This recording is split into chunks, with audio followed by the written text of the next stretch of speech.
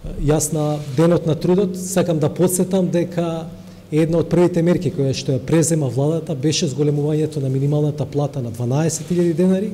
и исто така беше исправањето на онаа долгогодишна неправда за работниците од текстилната и кожарската индустрија за пониска минимална плата. Ние, како резултат на зголемувањето на минималната плата, овозможивме подигнување на платите на околу 90.000 работници,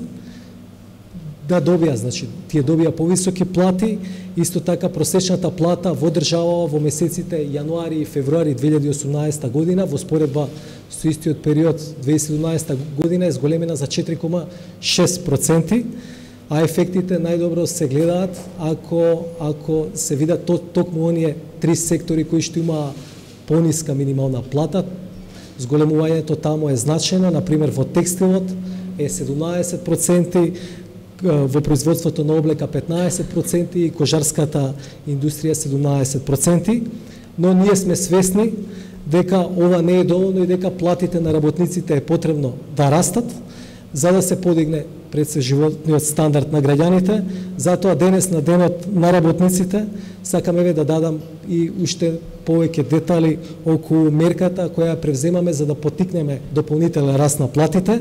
Владата ќе обезбеди финансиска поддршка за раст на платите во трудоинтензивните сектори. Со оваа мерка за работник кој ќе добие покачување на платата во однос на последното тримесечје на 2017 година, државата ќе покрие 30% од порастот на бруто платата. Мерката ќе се однесува на работници кои имале просечна нето плата до 18.000 денари во последните 3 месеци од 2017 година, а офатени ќе бидат работниците за кои фирмите не добиваат друг вид на помош или поддршка.